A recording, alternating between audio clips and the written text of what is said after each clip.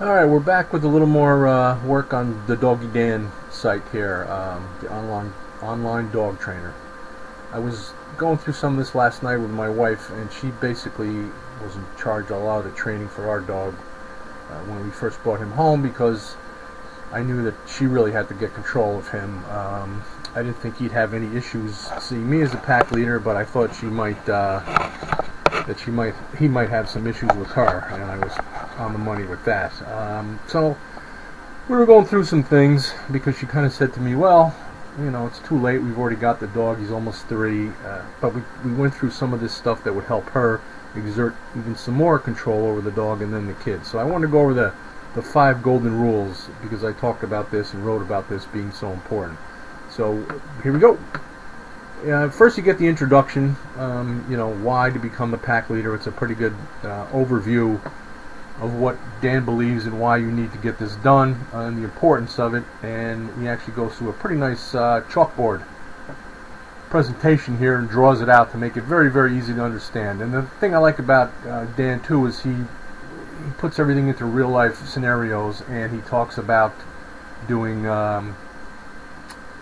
you know, how it equates to real life and to people, and not only dogs, and I think that's pretty good. So after this short introduction, you basically get into rule number 1, which is controlling the food. And again, I wrote about this, and I didn't understand exactly the way this worked. You know, my thought was, and I was told by our trainer, our 3rd trainer, to let everybody feed the dog so that the dog knew that we were all in control of the food, and that is an important thing. But Dan goes way further into how to get this done. And even after now 3 years, I've been using some of Dan's techniques with my dog Riley, and he's actually responding to them. And I thought he was doing pretty good until I started using these, and I can see getting even a little more control over the dog. So this is a pretty important rule for me, and something that needs to be learned. And even if your dog is older, you can start doing some of the things that Dan teaches. And what I like is, I mean, here's a dog, it's not his dog, he's in someone's home, and you know, doing some work with this dog. And then he goes into aggressive, if your dog is aggressive around food. Now, our dog was really bad, to the point where you couldn't even walk near him, and we thought we might actually have to get rid of him because of that. But we managed to get through that on our own. This again would have helped me out immensely with this. And then of course, if you have more than one dog, which I always had a couple of dogs, and I only have one now, but I always had 2 dogs as we used to breed Labrador retrievers. And here's another important factor in this: the pack leader controls the bones. I always just, you know, gave my dogs their chewies and things like that, and didn't think anything about it. But there is definitely a way to do this correctly, which I never really knew. And finishes up with some questions, FAQs about food, and you know, what you know, people have sent in, I guess, to ask him things, and he's answering them on the cuff there, which I think is pretty good. Then he goes on to rule number 2, which is danger.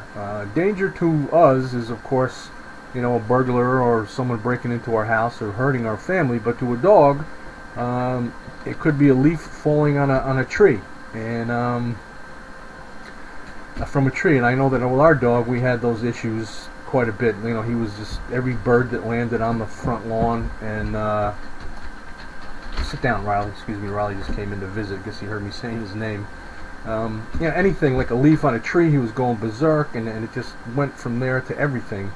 And you know, what I realize now after going through this, that the dog sees that as danger, and I just started implementing some of these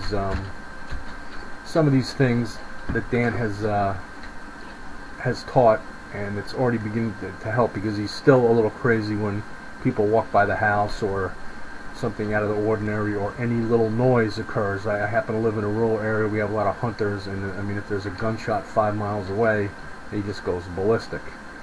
So I like what they did here is, again, put this into play. There's another dog in this picture you can't see, and basically Dan he has 3 of his dogs in the back of his truck, and this dog perceives that, of course, as danger and starts to go a little crazy.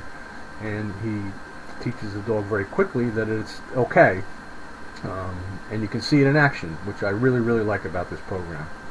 And then rule number 3 is a big one: separation. You know, when you come home, you know your dog is going ballistic because you walk in the door, and you really think, well, he's happy to see me. Well, it's not really the case. I mean, he is happy to see you, or she is happy to see you, but it has more to do with the fact that you've been separated from the dog for a little while, and there are certain ways to take care of this. I've always known about, you know, kind of ignoring the dog for a few minutes, not realizing actually that it went back to, you know, the golden rules. It's just something that I don't know where I learned that, and I do it a lot when I'm out in the field and I'm working. I own a cleaning business, so I'm in a lot of homes, and I always ignore the dogs when I go into the house, and some of the owners don't like it, but it gives me a little control over the animals. But this goes beyond it. It taught me some things that I didn't know about that. And again, it takes this little dog here, and who just goes nuts when he comes in, and I guess they're having a lot of problems with this animal, and it takes him quite a while. He doesn't. I don't think he films the whole thing, but it took quite a long time to get this dog to calm down.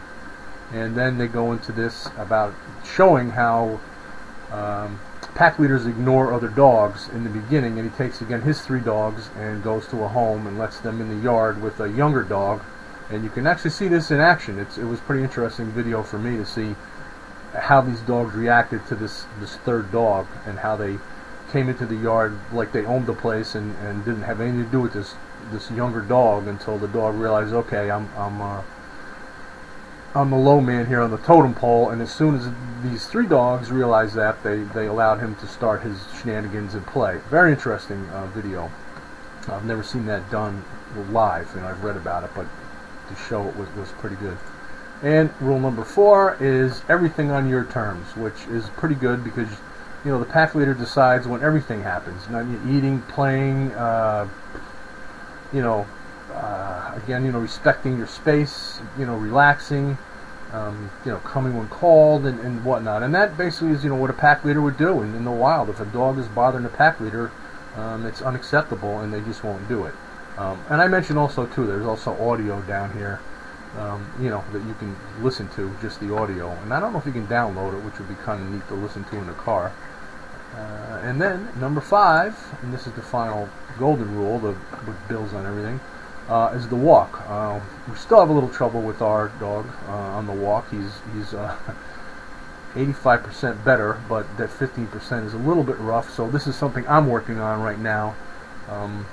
You know, calming him down before you take him out. You know, get him calm inside the house, and then I like this outside the house.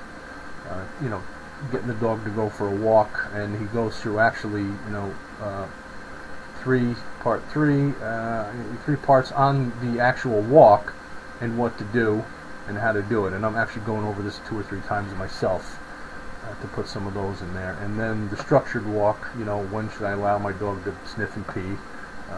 You know, mine's a male, and boy, he'll sniff a blade of grass for 10 minutes if I let him. So I just wanted to go over this again, the basic rules of Doggy Dan, the golden rules, the 5 of them, what they are and why they're so important, and why they've actually changed the way I think about my dog and my dog's training, even after 3 years.